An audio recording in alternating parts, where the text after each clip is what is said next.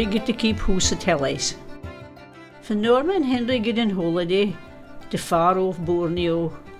They speered if I would keep Hoose along with Auntie Flo. Well, I couldn't see no problem, as long as there was no snow.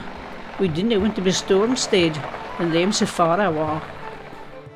I thought it would be no bother, with the aga in the kitchen, a fine fire by in the house, a shed full of sticks, and a freezer full of food.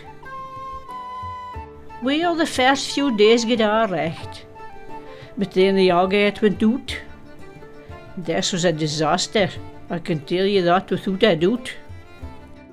The next day I went up the stair to get a tool to dry my hair.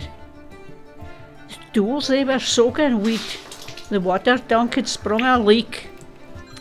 I phoned the plumber ficking door, but he come quick. Oh, hi, says he, I'll no be long. I should be wee in a tick. Well, he was as good as his word, meant to leak in no time of all. I thanked him most profusely, and then he went away. Now Debbie, she was awful good, and come to bed all night. She just wanted to make sure that we 12 creatures were all right. She was gone to sleep in Norma's bed, but when she got up the stair, I'm no sleeping there, no. She'd seen a spider in the wall. So down the stairs she come, along with the muckle quilt. Och well, if she was happy, I just left her telt. The first night she get for her goon. Oh granny, do come quick.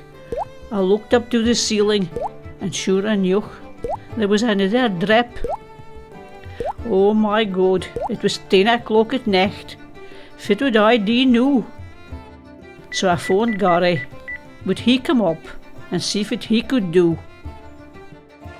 So up he came, but there was nothing he could do, except drain off all the water, and hope that we would manage WFB.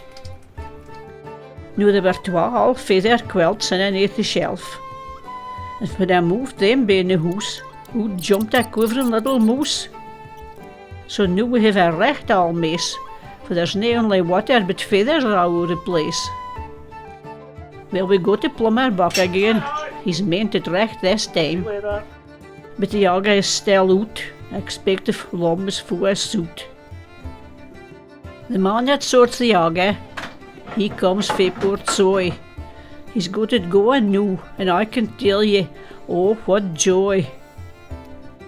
Now, during all this time, I had lost my hearing aid. We got the house up and down, even in below the bed.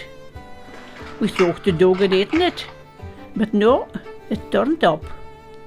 So I think now is coming recht. We should sleep soon the night.